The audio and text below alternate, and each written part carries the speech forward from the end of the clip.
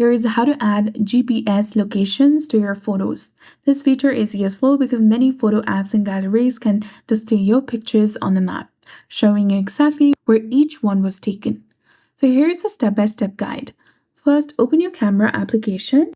Then after, tap on the gear icon in the top left corner of your screen to access your camera settings. Now once you're here, you need to find the location tags option.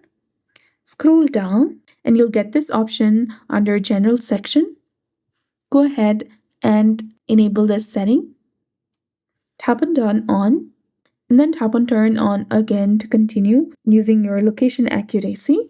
This will allow you to add tags to your pictures and videos so that you can see where they were taken. Switch this option on and that's it.